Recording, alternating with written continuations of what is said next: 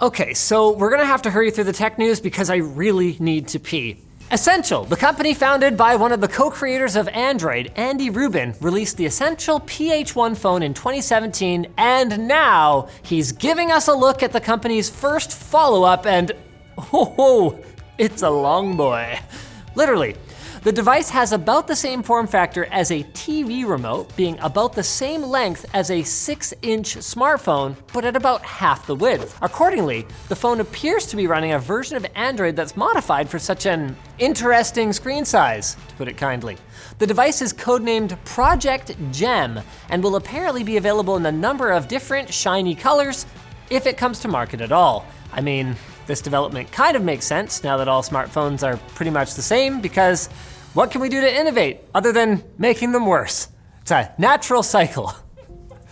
Tech companies usually make new consoles a pretty huge deal, so it was kind of surprising when Sony nonchalantly was like, yeah, the PlayStation 5 is gonna be called PlayStation 5, and also that it'll launch at the end of 2020. System architect Mark Cerny also released some new details about the controllers, saying that, in another massive shock, they will look largely like the DualShock 4. Shock. But with new haptic feedback capabilities and triggers with resistance that varies depending on the context in-game. Cerny confirmed that the PS5 will feature ray tracing support in the GPU hardware, a built-in 4K Blu-ray player, and that it will support 100 gigabyte physical game discs. Ray! In a separate development, a patent was discovered that indicates the next-gen PSVR will feature more built-in tracking cameras, and it could be untethered from the main console. Woo! All these details are exciting enough to make even a PC gamer wet their pants. Wait. Are you doing that right now? I just have to pee. No! Why did I say that? Tech companies know that PCs are already modular, but they still keep trying to make modular PCs a thing. Intel's latest attempt is Project Element, which is sort of like a remix of Razer's Project Christine from CES 2014.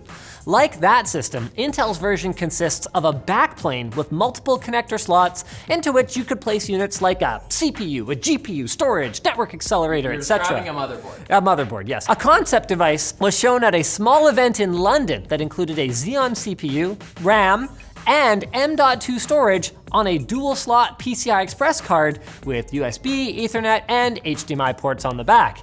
Presumably, you could slot that into a backplane and then add a GPU, more storage, or yeah, I think you probably see where I'm going with this. It's a PC.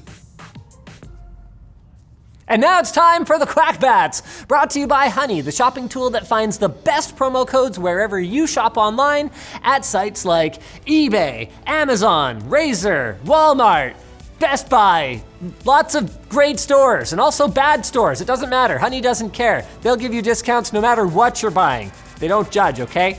Honey is a free browser extension. It's available for Chrome, Firefox, and Safari, and basically what it does is it scours the web for all the latest coupon codes and makes sure that when you check out, you're getting the best possible deal. Folks who have downloaded Honey from our link have saved over $100,000 in the past few months, and Honey is always free because they make their money from the retailers, not from you. So get it for free at joinhoney.com/techlinked. We'll have that link below. You know, if it weren't for Quack Bats, there might not be any bats at all. AMD has quietly launched a pair of new Ryzen CPUs, the Ryzen 9 3900, which is a pared down version of the 3900X, and the Ryzen 5 3500X, a pared down version of the 3600X with no multi-threading. There is a catch though, the 3900 will only be available to system builders, and the 3500X is only launching in China.